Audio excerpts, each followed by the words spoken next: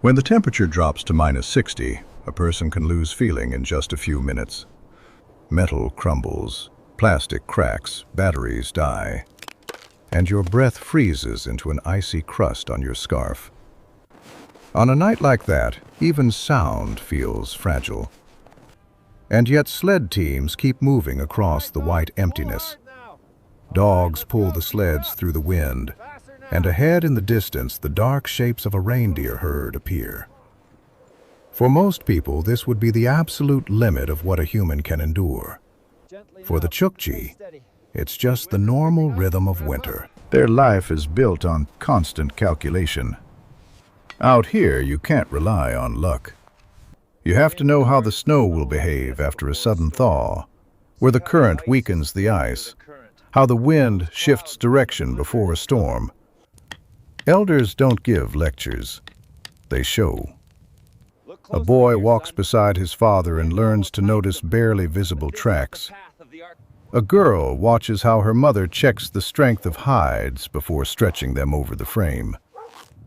That's how a skill is formed, one that isn't written in any textbook. When the hunt is over, the catch is divided calmly and according to strict rules. The best portions go to those who carry the greatest responsibility, but no one is left without food. It's not harshness, it's order.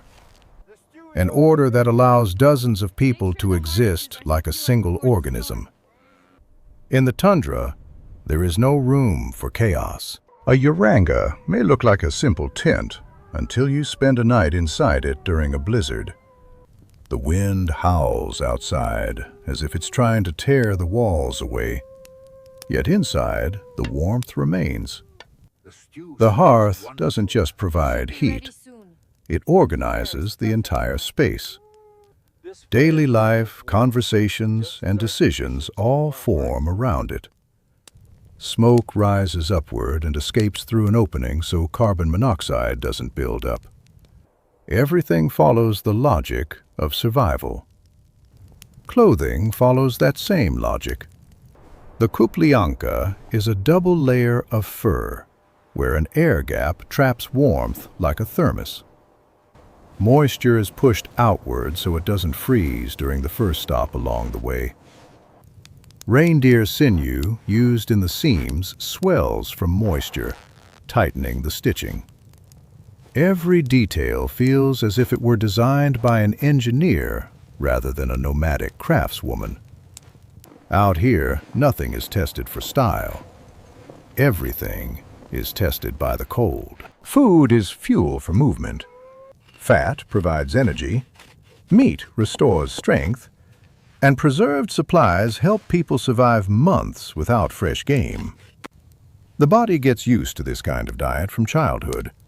Meals are short and practical. No one sits around the table for hours. In the tundra, it's more important to be ready to step outside at any moment. But the harsh environment shapes more than just the body. It shapes character. In Chukchi society, endurance and composure are deeply valued. Panic here is more dangerous than the cold. If a sled breaks, no one shouts. The problem gets solved. If a storm begins, the family acts with precision. They reinforce the Yaranga, gather the children closer to the center, check the dog's tethers. Calmness is part of their inner discipline. The law of mutual support is the foundation of their world. If someone loses a herd or falls ill, help arrives automatically. Not because it sounds noble, but because survival depends on it. A person outside the community is vulnerable, so sharing is really an investment in your own future. Interdependence here isn't a moral idea, it's a practical necessity. During the long winter evenings, stories fill the air. Stories about ancestors, about the cunning of animals, about the spirits of the sea and the wind. These stories are more than folklore. They're a way of passing down knowledge. Hidden inside them are warnings, advice, and models of behavior. In the past, the shaman helped the community deal with fear and uncertainty. maintaining emotional balance in a world where so much lies beyond human control. Modern life has brought new tools: satellite communication, snowmobiles, navigation devices. Young people study in cities, earn degrees, and return home with laptops and drones. A quadcopter rises into the sky and can locate lost reindeer faster than a rider with a sled team.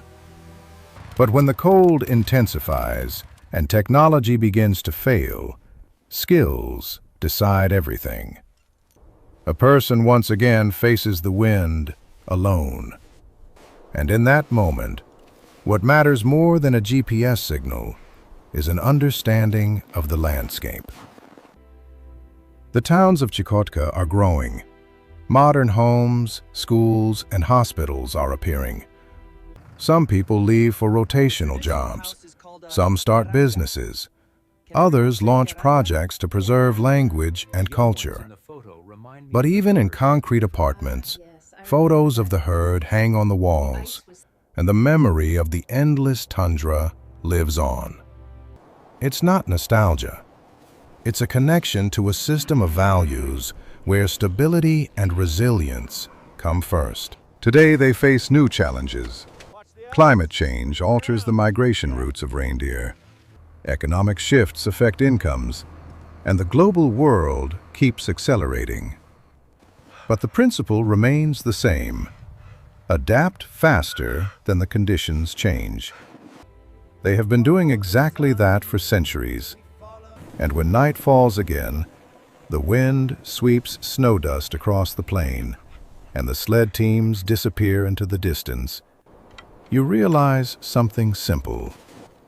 Their strength isn't in exoticism, and it isn't in heroism. Their strength is in systems, in the ability to think ahead, trust the community, respect nature, and keep composure where others would give up.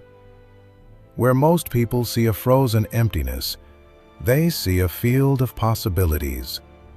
And as long as the wind howls over the tundra, their path continues, not as a heroic feat, but as daily, carefully calculated work on the edge of what is possible.